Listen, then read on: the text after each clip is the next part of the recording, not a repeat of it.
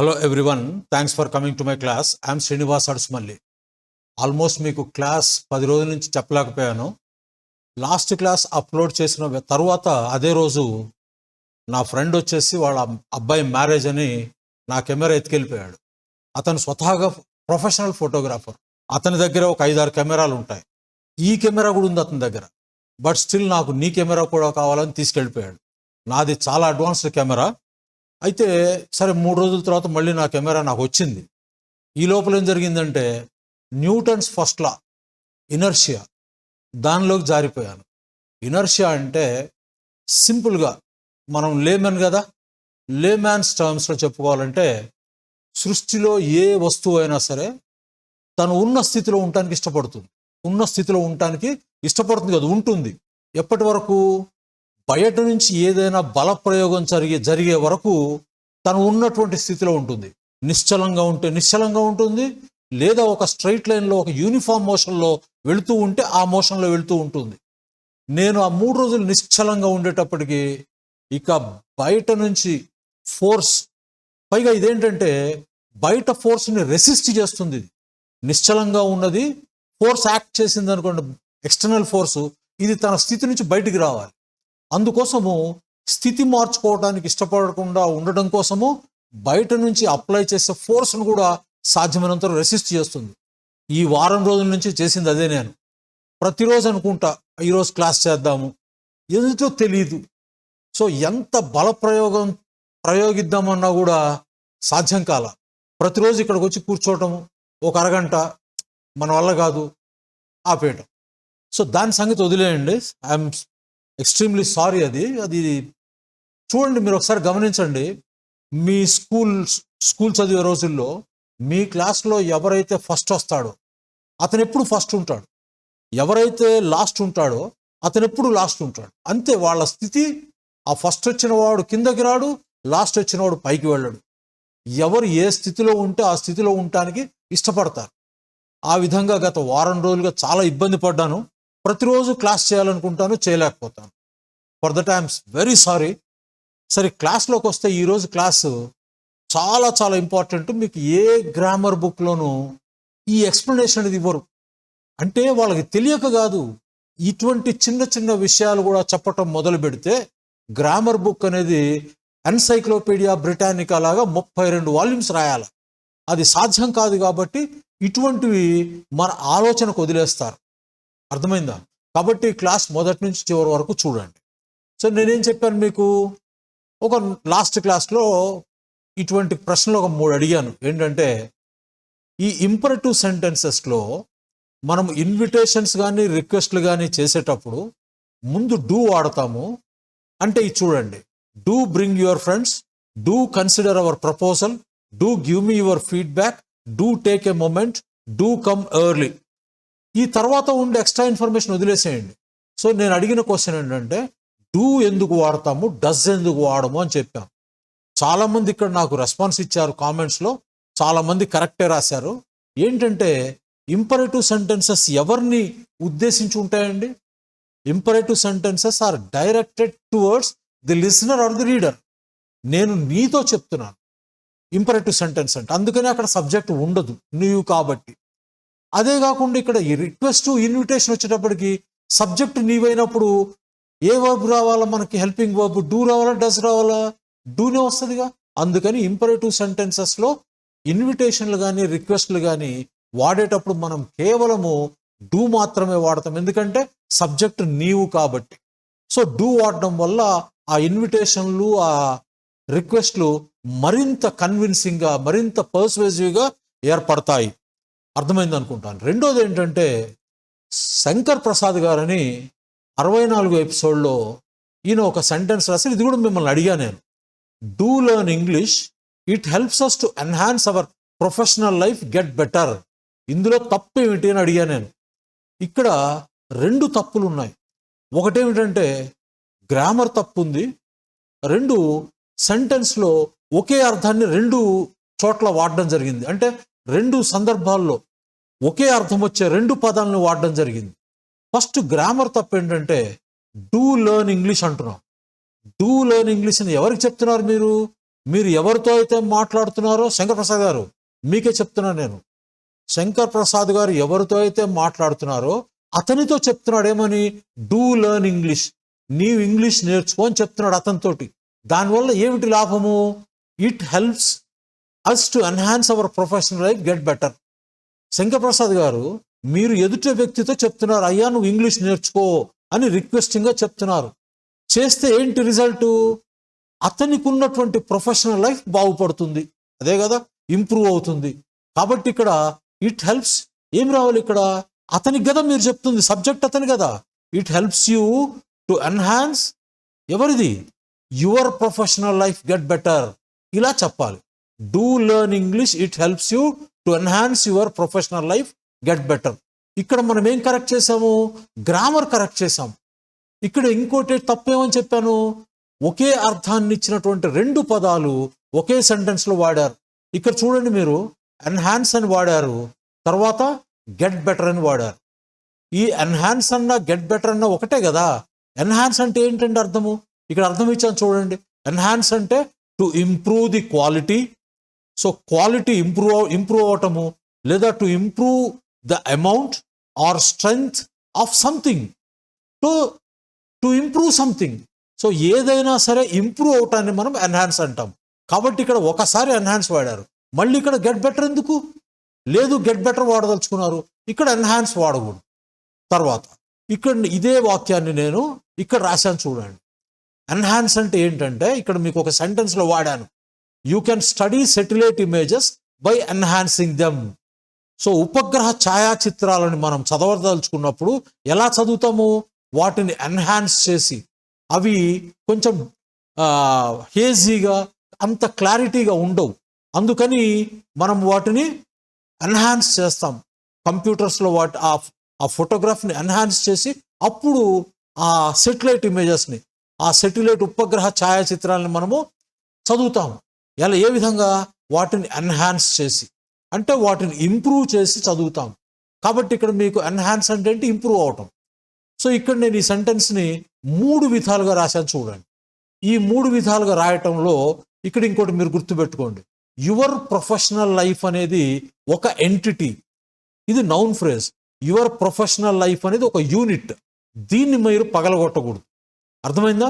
కాబట్టి ఎక్కడ వాడినా ఈ యువర్ ప్రొఫెషనల్ లైఫ్ అనేది ఒక దగ్గర వాడాలి, ఈ మొత్తాన్ని ఒక యూనిట్గా భావించండి. ఓకే, ఇక్కడ ఇవి 2 భాగాలుగా ఉంది. ఇది ఏంటిది?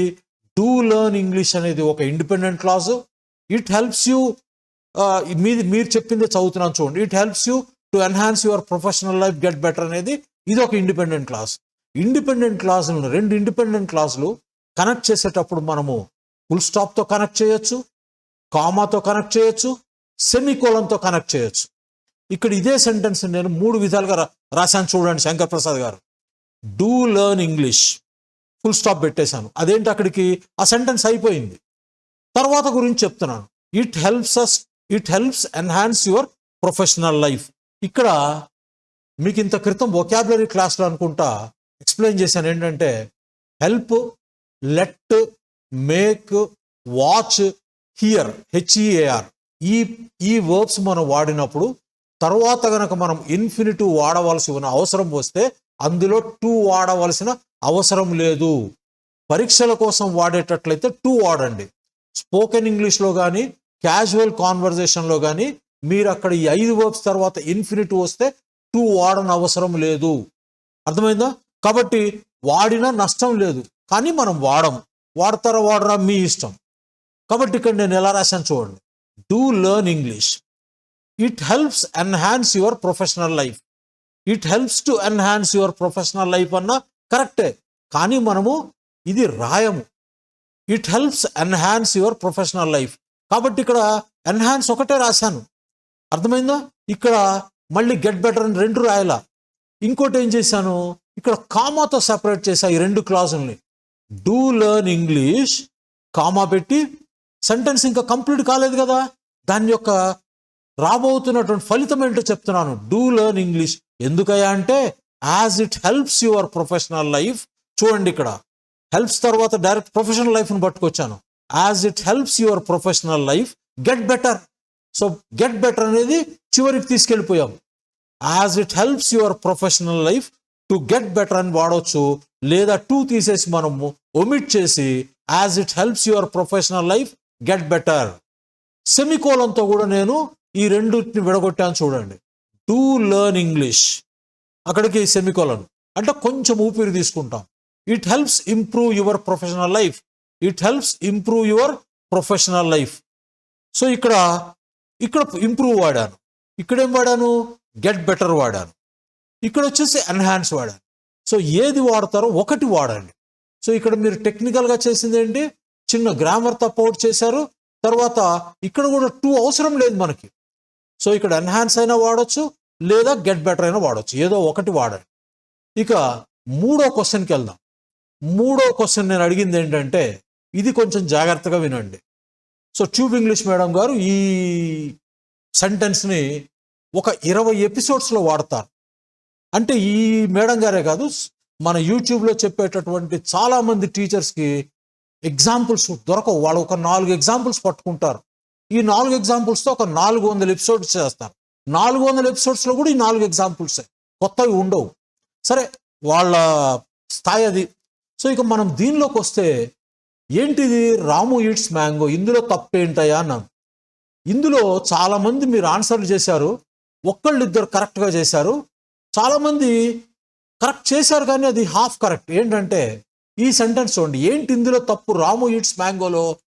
సో ఈ సెంటెన్స్ చూడగానే మీరు ఎలా ఆలోచించాలంటే, ఈ సెంటెన్స్ మనం చూడడం వల్ల దానిలో తప్పును పట్టుకోవాలి.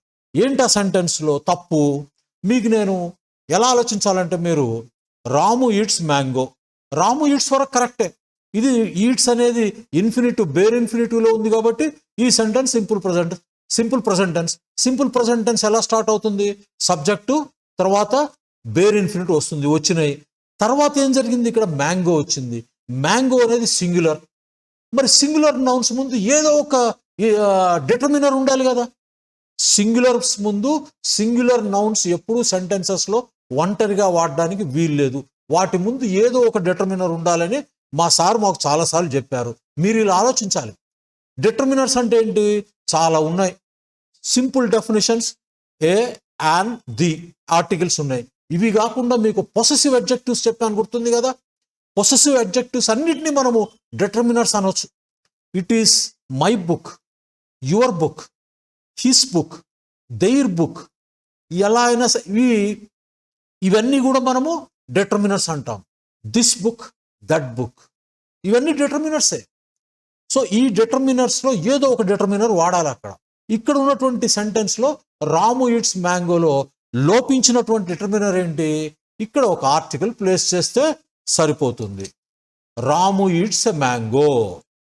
ఓకే, అర్థమైపోయింది కదా, రాము ఈట్స్ ఎ మ్యాంగో. ఇక్కడ many people just by looking at it say that the sentence is correct. చాలామంది సెంటెన్స్ చూడగానే రాము ఈట్స్ ఎ మ్యాంగో, సరిపోయింది. సబ్జెక్టు ఇన్ఫినిటివ్ రూపంలో ఉన్న, బేర్ ఇన్ఫినిటివ్ రూపంలో ఉన్న వర్బ్ ఉంది, తర్వాత ఆబ్జెక్ట్ ఉంది, సెంటెన్స్ సరిపోయింది, కరెక్ట్ అంటారు. కానీ as my students you should ask yourselves whether the sentence is logically correct. నా స్టూడెంట్స్, మిగతా వాళ్ళు చాలామంది సెంటెన్స్ చూడగానే అబ్బా బాగుంది, సెంటెన్స్ కరెక్ట్ అంటారు. కానీ నా స్టూడెంట్స్గా మీరు you should ask yourselves whether the sentence is logically correct. నాకు మిగతా వాళ్ళకి అదే కదా, నా స్టూడెంట్స్కి మిగతా వాళ్ళ స్టూడెంట్స్కి అదేగా తేడా. సెంటెన్స్ చూడడానికి బాగుంది, కానీ ఈ సెంటెన్స్ లాజికల్గా కూడా కరెక్ట్గా ఉందో లేదో మీరు ఆలోచించాలి. ఏంటి ఇక్కడ sentence, Ramu eats a mango, ఇది లాజికల్గా ఉందా లేదా అంటే ముందు అసలు దీని అర్థం ఏంటి. రాము ఒక మ్యాంగోని ఏం చేస్తాడు, తిన్నాడా, తింటాడా, తింటాడు కాదు. ఇది ఏం చెప్పాను మీకు నేను, సింపుల్ ప్రెజెంట్ టెన్స్లో రిపిటీషన్ ఉంటుంది. నా డెఫినేషన్ అదే కదా. ఏ యాక్షన్ అయినా సరే పాస్ట్కి, ప్రజెంట్కి, ఫ్యూచర్కి అప్లై అయితే అటువంటి యాక్షన్స్ మనము సింపుల్ ప్రెజెంట్లో చెప్పుకోవాలి. తర్వాత ఏం చెప్పాను నేను, there will be a repetition of action in the simple present tense. Simple present టెన్స్లో రిపిటేషన్ ఆఫ్ యాక్షన్ ఉంటుంది. ఇందులో రిపిటేషన్ రావాలి కదా. మరి Ramu eats a mango, sir చెప్పారు మాకు రిపిటేషన్ ఉండాలా అంటే దీని అర్థం ఏంటి, రాము ఒక మ్యాంగోని తింటుంటాడు. ఒక మ్యాంగోని తింటూ ఉండటం ఏంటి, అంటే సూపర్ న్యాచురల్ పవర్ ఉండాలి. ఏది? ఆ రాము అనే అతనికి. ఒకే మ్యాంగోని, ఇక్కడ అర్థం ఏంటి? రాము ఇట్స్ ఎ మ్యాంగో. రాము ఒక మ్యాంగోని తింటుంటాడు. ఒక మ్యాంగోని తింటుంటాం ఏంటి అంటే, ఒక మ్యాంగోని తినేసి మళ్ళీ బయటకు తెచ్చి దాన్ని మ్యాంగోగా మార్చి ఫ్రిడ్జ్లో పెట్టుకొని బయట పెట్టుకొని మళ్ళీ 2 రోజుల తర్వాత, ఒక నెల రోజుల తర్వాత మళ్ళీ దాన్ని తిని మళ్ళీ బయటకు తీసుకొని వచ్చి ఈ విధంగా దాన్ని రిపిటేషన్ చేయాలి. కాబట్టి రాము ఈట్స్ ఎ మ్యాంగో అనేది సెంటెన్స్ గ్రామాటికల్గా కరెక్ట్ కానీ ఇల్లాజికల్గా ఉంది. దీన్ని ఇప్పుడు లాజికల్గా మార్చాలి. ఏం చేయాలి మనము? రాము ఒకే మ్యాంగోని తింటుంటాడు. ఐఎమ్ సారీ, రాము ఒక మ్యాంగోని తింటుంటాడు అనేది ఇల్లాజికల్. దీన్ని మనం లాజికల్గా మార్చాలంటే దీని తర్వాత ఏదైనా ఒక టైం మార్కర్ని పెట్టండి. మీ ఇష్టం వచ్చిన టైం మార్కర్ని యాడ్ చేయండి. చేయటం వల్ల ఏం జరుగుతుంది చూడండి. ఒక చేసి చూపిస్తాను. సో ఇక్కడ ఏంటి? Ramu eats a mango every now and then. Ramu eats a mango every now and then. Every now and then అంటే అర్థం ఏంటంటే అప్పుడప్పుడు అనేటటువంటి అర్థం అనమాట ఇది. అప్పుడప్పుడు రాము ఒక మ్యాంగోని తింటుంటాడు. ఇక్కడికి వచ్చినప్పటికి ఏమైందంటే అర్థము, లేదా ఇంకొకటి కూడా పెట్టండి. ఎలా పెడదు? ఇంకా చాలా ఉన్నాయి, చాలా పెట్టుకోవచ్చు. ఇంకేం పెట్టుకోవచ్చు ఇక్కడ? Ramu eats a mango several times a year. Several times a year ఇలా వాడుకోండి. లేదా Ramu eats a mango twice a month, మీ ఇష్టం, ఇలా వాడుకోండి. లేదంటే మీకు చిన్నప్పుడు మీకు ఫస్ట్లో చెప్పా కదా, ఏం చెప్పాను? ఒక యాడ్ ఫ్రీక్వెన్సీని పడేయండి. రాము ఫ్రీక్వెంట్లీ ఈట్స్ ఎ మ్యాంగో. అప్పుడు ఇవన్నీ ఉండకూడదు, గుర్తుపెట్టుకోండి. అప్పుడు ఇవన్నీ ఉండకూడదు. రాము ఫ్రీక్వెంట్లీ ఈట్స్ ఎ మ్యాంగో, అప్పుడు ఇక్కడ ఫుల్ స్టాప్ పెట్టేయండి. ఇది కూడా సరిపోతుంది. రాము ఫ్రీక్వెంట్లీ ఈట్స్ ఎ మ్యాంగో. ఇప్పుడు అర్థమేమైంది తెలుసా? మనం ఈ టైం మార్కర్స్ పెట్టడం వల్ల రాము అప్పుడప్పుడు ఒక మ్యాంగోని తింటుంటాడు, 2-3 తినడు, ఒక మ్యాంగోని తింటుంటాడు. ఇందాక రాము ఈట్స్ ఎ మ్యాంగోలో అర్థమేమొచ్చింది? రాము ఒకే మ్యాంగోని తింటుంటాడు. అక్కడ సేమ్ మ్యాంగోని నంబర్ ఆఫ్ టైమ్స్ తింటున్న అర్థం వస్తుంది రాము ఈట్స్ ఎ మ్యాంగో అంటే, ఇంకేమీ లేకపోతే. టైం మార్కర్ పెట్టడం వల్ల Ramu eats a mango several times a year. ఇక్కడికి వచ్చేటప్పటికి రాము సంవత్సరంలో చాలాసార్లు ఒక మ్యాంగోని తింటుంటాడు. ఇక్కడ 1 మ్యాంగో అట్ ఎ టైం అని వస్తుంది. ఇందాకేమో Ramu eats the same mango అని వస్తుంది. ఇక్కడ Ramu eats 1 mango at a time several times a year. So ఆ విధంగా అర్థం మారిపోతుంది. కాబట్టి అక్కడ మీరు రాము ఈట్స్ ఎ మ్యాంగో అని వాడారంటే దాని తర్వాత ఏదో ఒక టైం మార్కర్ ప్లేస్ చేసినప్పుడు ఆ ఒకే మ్యాంగో కాస్త ఒక మ్యాంగోగా మారుతుంది. అర్థమైందా? సో ఇక్కడ ఇంకేం చెప్పాను మీకు నేను? ఇప్పుడు మీరు ఇంకా ఏం ఆలోచించాలి? ఇది కరెక్ట్. ఈ టైం మార్కర్ యాడ్ చేయటం వల్ల మీ సెంటెన్స్ కరెక్ట్ అయిపోయింది. ఇంకా ఏం చేయొచ్చు? సార్ మమ్మల్ని ప్రతి సందర్భంలోనూ ప్రతి సింపుల్ ప్రెజెంట్ టెన్స్కి టైం మార్కర్స్ వాడక్కర్లేదు అన్నాడు కదా. మీరు ఇలా ఆలోచించాలి. సో ఇక్కడ టైం మార్కర్స్ లేకుండా ఈ సెంటెన్స్ ఎందుకు కరెక్ట్ చేయకూడదు మనము? అర్థమైందా? నేను మొన్న చెప్పా కదా, థింకింగ్ ఎలా నేర్చుకోవాలని. సెంటెన్స్ని ఇలా అనలైజ్ చేయాలి. సింపుల్ సెంటెన్సెస్ని అనలైజ్ చేయడం నేర్చుకోండి. So Ramu eats a mango several times a year బాగుంది. ఈ సెంటెన్స్ని మనము ఆ సెవరల్ టైమ్స్ అనే ఇయర్ అనేది తీసేస్తే రాము ఈట్స్ ఎ మ్యాంగో. దీన్ని మనము ఆ టైం ఫ్రేమ్ లేకుండా, టైం మార్కర్ లేకుండా మనం దాన్ని ఎలా కరెక్ట్ చేయొచ్చు? ఇక్కడ చూడండి. రాము ఈట్స్ మ్యాంగో అనే దానిలో రాము మామిడి పండ్లు తింటూ ఉండొచ్చు కదా. మామిడి పండు కాదు, రాము మామిడి పండ్లు తింటుంటాడు. ఒక పండు తిన్నాడా, ఒకటి కంటే ఎక్కువ పండ్లు తిన్నాడా? తినుండొచ్చు. అంటే ఫ్రీక్వెంట్గా ఒక్కొక్క పండు తినుండొచ్చు, లేదా ఒక్కొక్కసారి ఒకటి కంటే ఎక్కువ పండ్లు తినుండొచ్చు. సో అటువంటప్పుడు మనం తెలుగులో ఏమంటాము? వాడు మామిడి పండ్లు తినడు, వాడు మామిడి పండ్లు తింటాడు కదా అనేది. వాడు మామిడి పండ్లు తింటుంటాడు. సో ఇక్కడ దీన్ని మనం సింపుల్గా దీన్ని మనం ప్లూరల్ చేయటంతో రాము ఈట్స్ మ్యాంగోస్ అయిపోయింది సెంటెన్స్. దానికి ఎటువంటి టైం మార్కర్స్ అక్కర్లేదు. మీకు కావాలంటే ఇక్కడ కూడా టైం మార్కర్స్ పెట్టుకోవచ్చు. కానీ నేను చెప్పింది ఏంటి? ప్రతి సెంటెన్స్లోనూ టైం మార్కర్స్ పెట్టనవసరం లేదు. రాము ఈట్స్ మ్యాంగోస్. రాము మామిడి పండ్లు తింటుంటాడు. కరెక్టే. అది ఎంత ఫ్రీక్వెంట్గా తింటుంటాడు అనేది నువ్వు చెప్పదలుచుకుంటే ఏదైనా ఒక టైం మార్కర్ పెట్టు. Ramu eats mangoes several times a year. అంటే రాము సంవత్సరంలో చాలాసార్లు మామిడి పండ్లు తింటుంటాడు. ఆ సెవరల్ టైమ్స్ అనేది ఒక పండు తినొచ్చు, అంటే ఎవ్రీ టైం, ఈచ్ టైం, లేదా ఈచ్ టైం ఒకటి కంటే ఎక్కువ పండ్లు తినొచ్చు. అది మనకు సంబంధం లేదు ఇంకా.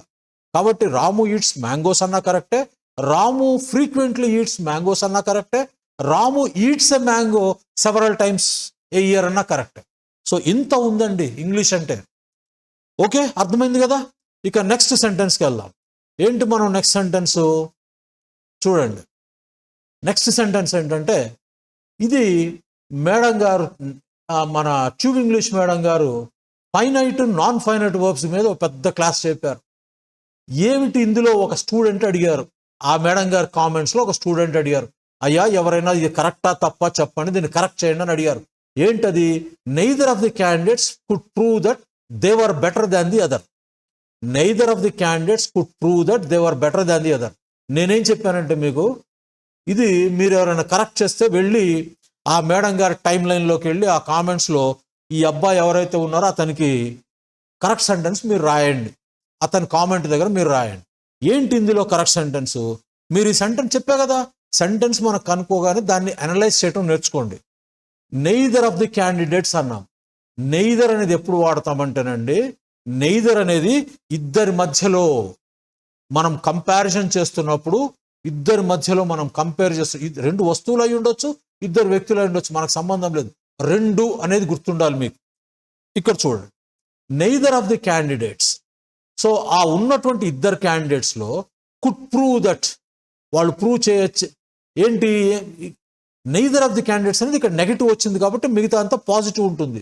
Could prove that they were better than the other. They were better than the other. ఇక్కడ ప్రాబ్లం ఎక్కడ వచ్చిందంటే, నీవు ఒక్కడి గురించి కదా మాట్లాడుతుంది. అంటే ఇక్కడ బేసిక్గా అర్థం ఏంటంటే, సెంటెన్స్లో ఉన్నటువంటి ఇద్దరు క్యాండిడేట్స్లో ఏ ఒక్కడు రెండో వాడి కంటే బెటర్గా ఉన్నాడని ప్రూవ్ చేయలేకపోయారు. అది అర్థం సెంటెన్స్కి. ఉన్నటువంటి ఇద్దరు క్యాండిడేట్స్లో ఏ ఒక్కడు రెండో వాడి కంటే బెటర్గా ఉన్నాడని వాళ్ళే ప్రూవ్ చేసుకోలేకపోయారు. అయిపోయింది కదా సెంటెన్స్. కాబట్టి ఏ ఒక్కడు అని రావాలి కదా ఇక్కడ. ఇక్కడ మరి దే ఎలా వచ్చింది? దే రాకూడదు కదా. కాబట్టి ఇక్కడ ఏం రావాలి? సెంటెన్స్ మొత్తంలో ఇక్కడ వన్ రావాలి. Neither of the candidates could prove that. One వచ్చినప్పుడు ఇక్కడ ఏం రావాలి? వర్ రాకూడదుగా. One was better than the other. ఇప్పుడు చూడండి sentence, neither of the candidates could prove that one was better than the other. ఇక్కడ వన్ ఎందుకు వాడారు సార్ అని అడుగుతారు మీరు. One was better than the other అని ఎందుకు, ఇక్కడ దాన్ ది అదర్ అని వాడారు కదా, వన్ ఎందుకు వాడారని అడుగుతారు. ఇక్కడ చూడండి, you can choose one or the other of the two desserts. ఇక్కడ ఎగ్జాంపుల్ ఇచ్చాను. యూ కెన్, ఇక్కడ రెండు డెజర్ట్ అంటే ఇది డిజర్ట్ అంటారు. డెజర్ట్ అంటే అర్థం ఏంటంటే, మనము భోజనం చేసిన తర్వాత తినేటటువంటి స్వీట్ని, some gulab jam with vanilla ice cream, egg pudding, ఏదైనా ఒక స్వీట్ తింటాం కదా, జనరల్గా అది ఒక ఐస్ క్రీమ్ తోటో కేక్ తోటో కలిసి ఉంటుంది. దాన్ని మనము డెజర్ట్ అంటాం, భోజనం చేసిన తర్వాత తినేదాన్ని. సో ఇక్కడ ఏంటి, రెండు రకాలైనటువంటి డెజర్ట్స్ ఉన్నాయి అక్కడ. అందులో నీవు ఏదో ఒక దాన్ని సెలెక్ట్ చేసుకోవచ్చు అంటే మనము ఈ కన్స్ట్రక్షన్లోకి వెళ్ళాలి. You can choose one or the other of the two desserts. అర్థమైంది కదా. సో ఇద్దరి మధ్య నువ్వు చూస్ చేసుకోవాల్సి వచ్చినప్పుడు ఈ స్ట్రక్చర్లోకి వెళ్తాం, వన్ ఆర్ ది అదర్. అదేవిధంగా ఇక్కడ ఏంటి, neither of the candidates could prove that one was better than the other. ఇలా రావాలి మనకి, one was the better than the other. అర్థమైంది కదా. అదేవిధంగా ఇక్కడ ఇంకో ఎగ్జాంపుల్ ఇచ్చాను చూడండి. Do you prefer to go to the cinema or the mall? నిన్ను అడుగుతున్నా నేను, do you prefer to go to the cinema or the mall అని మళ్ళీ నేనే చెప్తున్నాను. ఏమని? We can only do one or the other this weekend. So first ఏమని అడుగుతున్నాను, భార్యనై ఉండొచ్చు, పిల్లలనై ఉండొచ్చు, ఏదో సరదాగా అడుగుతున్నాం. ఏమని? నీవు సినిమాకి వెళ్దామా, సినిమాకి వెళ్ళటానికి ఇష్టపడతావా, మాల్కి వెళ్ళటానికి ఇష్టపడతావా అని చెప్తూ, మనము సినిమా కానీ మాల్ కానీ ఏదో ఒకదానికి మాత్రమే వెళ్ళగలము అని చెప్పినప్పుడు ఇక్కడ డూ బదులు మీరు ఇది కూడా రాసుకోవచ్చు. ఏం రాయొచ్చు? వీ కెన్ గో అని కూడా రాయొచ్చు. Do you prefer to go to the cinema or the mall? We can only go one or the other this weekend. ఈ వీకెండ్లో మనము ఎయిదర్ సినిమా కన్నా వెళ్ళొచ్చు లేదా మాల్ కన్నా వెళ్ళొచ్చు. ఇలా మనము రెండిట్లో మనం చూస్ చేసుకోవాల్సిన అవసరం వస్తే వన్ ఆర్ ద అదర్ అనేది మాత్రమే వాడతాం. ఈ స్ట్రక్చర్ గుర్తుపెట్టుకోండి. అసలు ఒరిజినల్ సెంటెన్స్ ఏంటి? Neither of the candidates could prove that they are better than the other. మరి ఇది తప్పా కరెక్టా? తప్పు అని చెప్పాం మనం, కానీ అది కూడా కరెక్టే. ఎలా కరెక్టు? మరి అలా అది కరెక్ట్ అయినప్పుడు మరి ఇంత కష్టపడి కరెక్ట్ ఎందుకు చేశారు మీరు అని అడగవచ్చు. ఇప్పుడు చూడండి, నేను ఒక ఎగ్జాంపుల్ చూపిస్తాను కింద. ఇక్కడ నేను డైరెక్ట్గా ఒక ఎగ్జాంపుల్ రాశాను చూడండి. If anybody wants to join the team అంటే అర్థం ఏంటండి? If anybody wants to join the team they are requested to contact the principal. అర్థమైందా? If anybody wants to join the team, మీలో ఎవరైనా టీంలో జాయిన్ అవ్వదలుచుకున్నప్పుడు, ఎవరైనా అంటే ఒకళ్ళ గురించి చెప్తున్నా, మీ అందరి గురించి మాట్లాడడం లేదు. ఇక్కడ నా ఎదురుగా చాలా మంది ఉన్నారు, కానీ నేను ఒక్కళ్ళని ఉద్దేశించి చెప్తున్నా. ఇండివిజువల్గా మీరు 10 మంది జాయిన్ అవ్వచ్చు, కానీ నేనేం అడుగుతున్నాను? If anybody wants to join the team. So టీంలో ఎవరైనా జాయిన్ అవ్వదలుచుకున్నప్పుడు they are requested to contact the principal. So వారిని రిక్వెస్ట్ చేయడం జరుగుతుంది, వెళ్ళి ప్రిన్సిపాల్ గారిని కలవండి.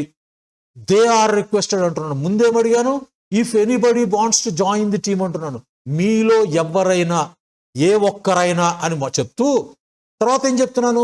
They are requested to contact the principal అంటున్నాను. అక్కడ దే ఎందుకు వాడాము? ఎందుకు వాడవలసిన అవసరం వచ్చిందంటే, మామూలు సందర్భంలో అక్కడ గనక క్లాస్ అంటే మగపిల్లలు ఆడపిల్లలు ఉంటారు. సో టీచర్ గారు వచ్చి క్లాస్ మొత్తాన్ని ఉద్దేశించి చెప్తున్నారు.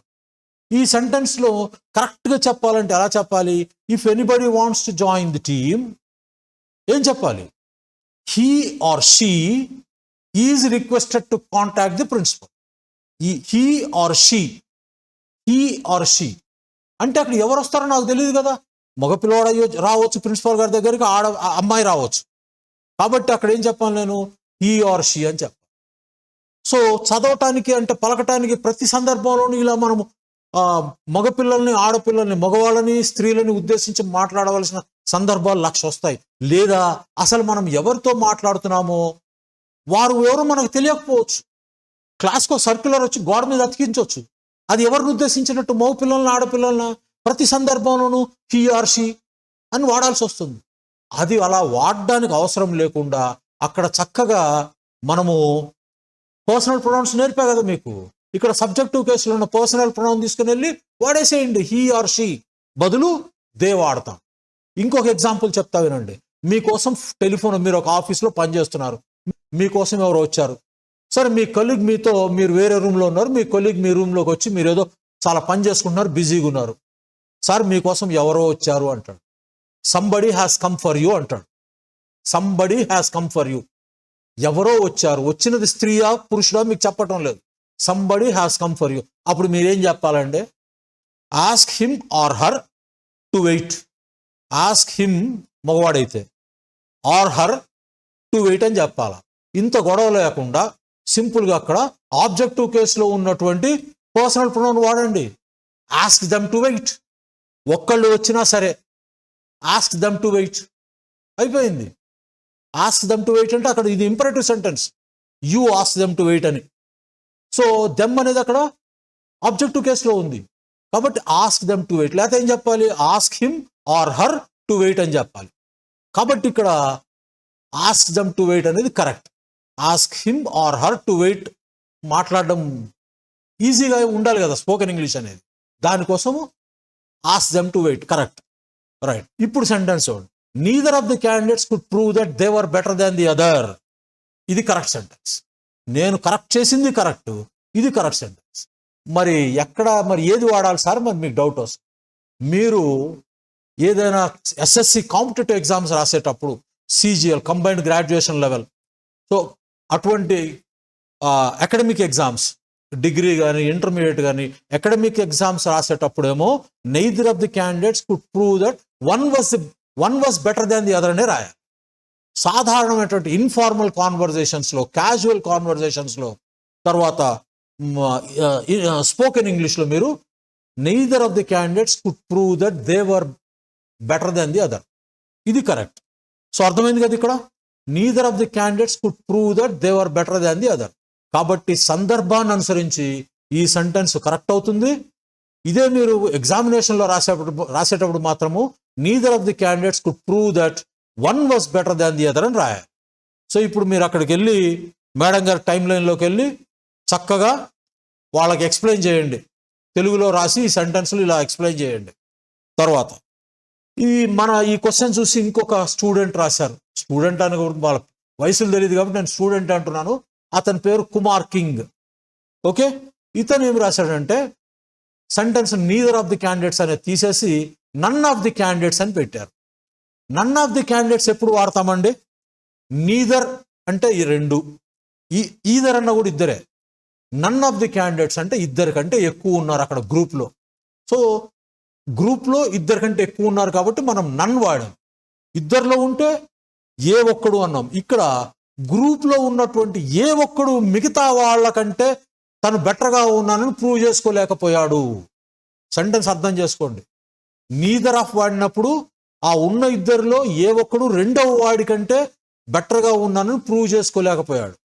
నన్ ఆఫ్ ది క్యాండిడేట్స్ అన్నామంటే ఇక్కడ గ్రూప్లో ఇద్దరి కంటే ఎక్కువ ఉన్నారు. ముగ్గురు ఉండొచ్చు, 10 మంది ఉండొచ్చు. ఈ 10 మందిలో ఏ ఒక్కడు కూడా మిగతా అందరికంటే అని రావాలి. ఇక్కడ ఇందాకేమొచ్చింది?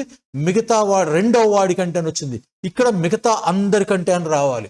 సో అందరూ అనేది ప్లూరల్లో ఉంది కదా, కాబట్టి ఇక్కడ ఈ సెంటెన్స్లు ఏమి రావాలంటే, ఇది మనం కరెక్ట్ అనుకున్నాం కదా, కరెక్ట్ అనుకున్నాం కాబట్టి ఇది ఇక్కడ మీరు అందరూ అనేది రావాలి అంటే దీన్ని అదర్స్ అని రాస్తే సరిపోతుంది. None of the candidates could prove that they were better than the others. అర్థమైందండి ఎందుకు ఇక్కడ అదర్స్ వాడాము? నన్ ఆఫ్ ది క్యాండిడేట్స్ అన్నామంటే ఆ గ్రూప్లో ఇద్దరి కంటే ఎక్కువ ఉన్నారు, మిగతా వారి అందరికంటే ఏ ఒక్కడు తను బెటర్గా ఉన్నానని ప్రూవ్ చేసుకోలేకపోయాడు. మిగతా వారందరూ అని వచ్చినప్పుడు దాన్ ది అదర్స్ అని వస్తే సరిపోతుంది. అర్థమైందా? తర్వాత ఇది 68th ఎపిసోడ్లోనే నేను మాలతి రెడ్డి గారు రాసినటువంటి ఒక ప్యాసేజ్ని కరెక్ట్ చేశాను. లాస్ట్ దాంట్లో కరెక్ట్ చేస్తే అక్కడ ఏమన్నానంటే నేను I recently discovered your videos లేదా I have recently discovered your videos, రెండిట్లో ఏదైనా రాయొచ్చు మాలతి రెడ్డి గారు, మీరు ఏది రాసినా ఇబ్బంది లేదు. కాబట్టి ఇక్కడ ఈ శేఖర్ రెడ్డి అనేటటువంటి స్టూడెంట్ ఏమన్నా అంటే, సార్ రీసెంట్లీ అనే పదము రీసెంట్లీ కానీ జస్ట్ కానీ ఆల్రెడీ కానీ ఎట్ కానీ మనము ప్రజెంట్ పర్ఫెక్ట్ టెన్స్లో వాడతాం కదా, కాబట్టి ఇక్కడ మీరు చెప్పిన దాంట్లో I have recently discovered your videos అనడమే కరెక్ట్ కదా, అలా కాకుండా మీరు I recently discovered your videos అని చెప్పారు, అది కొంచెం చూడండి సార్ తప్పేమో అన్నారు. శేఖర్ రెడ్డి గారు రీసెంట్లీ అనేటటువంటి యాడ్వర్బ్కి అర్థం ఏంటంటే not long ago. Not long ago అంటే చాలా కాలం క్రితము కాదు, ఎ షార్ట్ టైం ఎగో అతి కొద్ది కాలం క్రితమే. ఈ రీసెంట్లీ అనేది మీరు చక్కగా శేఖర్ రెడ్డి గారు ఈ రీసెంట్లీ అనేటువంటి యాడ్వర్బ్ని మీరు సింపుల్ పాస్ట్ టెన్స్లో వాడుకోవచ్చు, ప్రజెంట్ పర్ఫెక్ట్ టెన్స్లో వాడుకోవచ్చు, ఎటువంటి దోషము లేదు. చెప్పా కదా, ఆక్స్ఫర్డ్ అడ్వాన్స్డ్ లెర్నర్స్ డిక్షనరీలోకి వెళ్ళి రీసెంట్లీ అనే పదానికి అర్థం చూడండి, అక్కడ మీకు చక్కగా చెప్పా కదా ఏంటి యూసేజ్ కూడా ఇస్తారు. అక్కడ రీసెంట్లీ అనే పదాన్ని సింపుల్ పాస్ట్లో వాడారు, ప్రజెంట్ పర్ఫెక్ట్లో కూడా వాడతారు. కాబట్టి ఇటువంటివి మీరు రాసేటప్పుడు మీ వైపు నుంచి కొంచెం శ్రమ పడండి. నేను ఎక్స్ప్లెయిన్ చేస్తా, నాకేం ఇబ్బంది లేదు, మీరు శ్రమ పడితే ఇది మీ ఆస్తి అయిపోతుంది. ఓకే, ఇక్కడ నేను 3 ఎగ్జాంపుల్స్ కూడా ఇచ్చాను చూడండి. We received a letter from him recently. We received a letter from him recently. We received subject తర్వాత వెంటనే past form of the verb వచ్చేసింది, ఇది సింపుల్ పాస్ట్ టెన్స్లో ఉంది కాబట్టి ఇక్కడ రీసెంట్లీ అని వాడాం. సో రీసెంట్లీ అతని దగ్గర నుంచి మేము లెటర్ని రిసీవ్ చేసుకున్నాము, ఇది సింపుల్ పాస్ట్ టెన్స్, ఇది 100% correct. I recently visited Japan. I recently visited Japan. I have recently visited Japan కూడా కరెక్టే, కానీ ఇలా వాడడం తప్పు కాదు. I recently visited Japan or I visited Japan recently. ఈ రీసెంట్లీ అనేటటువంటి యాడ్వర్బ్ని మనము మెయిన్ వర్బ్కి ముందు వాడుకోవచ్చు, లేదా సెంటెన్స్ చివర కూడా వాడుకోవచ్చు. అది మీ ప్రిఫరెన్స్ని బట్టి ఉంటుంది. అర్థమైందా శేఖర్ రెడ్డి గారు? దీనికి సింపుల్ ఏంటంటే నేను చెప్పటం కాదు, ఆక్స్ఫర్డ్ అడ్వాన్స్డ్ లెర్నర్స్ డిక్షనరీ దానిలోకి వెళ్ళి రీసెంట్లీ అనే పదానికి చూడండి, అర్థం చూడండి. అక్కడ ఎలా యూజ్ చేశాడు ఆ పదాన్ని చూడండి. అక్కడ సింపుల్ పాస్ట్లో ఉపయోగిస్తాడు, ప్రజెంట్ పర్ఫెక్ట్లో కూడా ఉపయోగిస్తాడు. రైట్. తర్వాత ఏంటి మనము ఈ 68th ఎపిసోడ్లోనే యాక్యురేట్ ఇంగ్లీష్, ఈ సార్ పేరు విష్ణు. ఇతను సార్ నేను he is seen, it is seen అనేటటువంటి 2 సెంటెన్సులు చూశాను సార్, వీటి అర్థం తెలియలేదు నాకు, వీటిని అర్థం చెప్పండి అన్నాడు. ఈ సెంటెన్స్ చూడగానే మీరు అనాలిసిస్ చేయడం నేర్చుకోండి.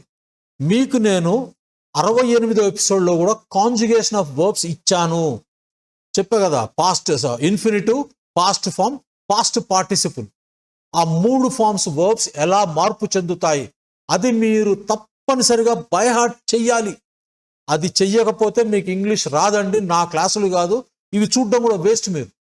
కాబట్టి అవి దయచేసి చూడండి. సో ఓకే, ఇక్కడ ఏంటి, ఇది ఎలా ఉంది సబ్జెక్ట్, ఇది సెంటెన్సు ఎలా ఉందంటే ఇది చూడండి. హీ అనేది మనకి సబ్జెక్ట్గా ఉంది.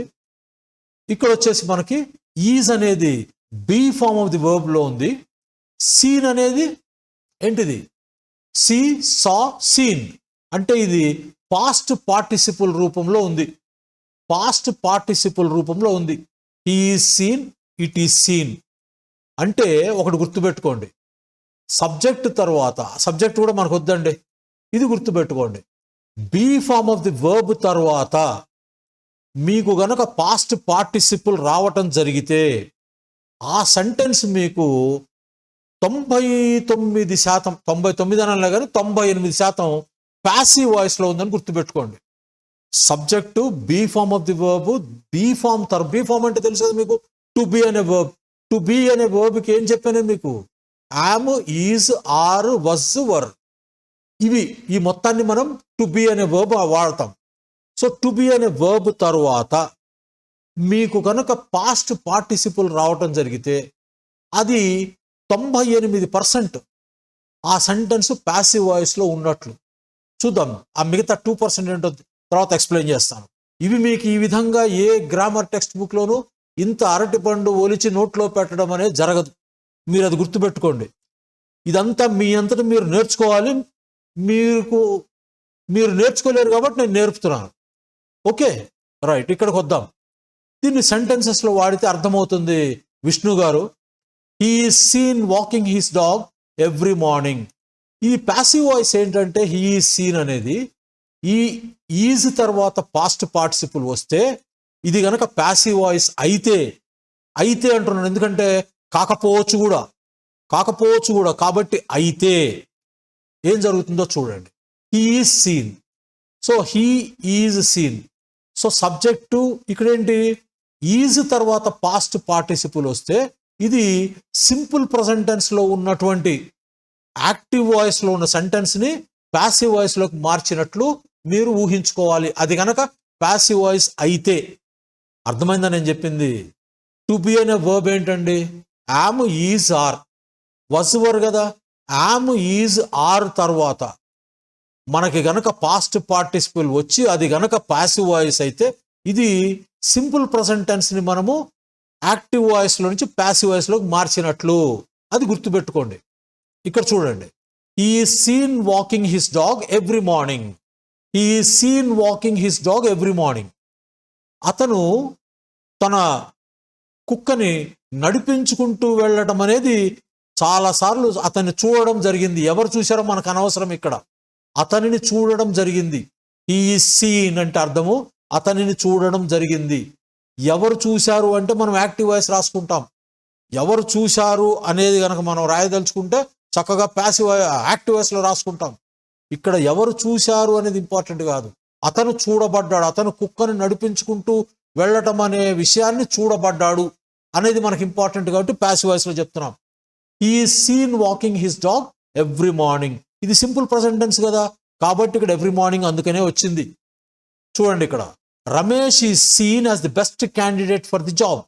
సో ఒక జాబ్ ఉంది, ఆ జాబ్కి రమేషే తగినవాడు అని అతన్ని మనము భావించడం జరిగింది. భావించటమైనా ఇక్కడ సీన్ అనే వాడతాం. Ramesh is seen as the best candidate for the job. So ఇక్కడ రమేష్కి ఇంపార్టెన్స్ ఇస్తున్నాం. ఎవరు చూశారు, అతను ఆ జాబ్కి ఫిట్ అయిన క్యాండిడేట్ అని నిర్ణయించిన వాళ్ళ గురించి చెప్పడం లేదు, మనము రమేష్ గొప్పతనం చెప్తున్నాము. Ramesh is seen as the best candidate for the job.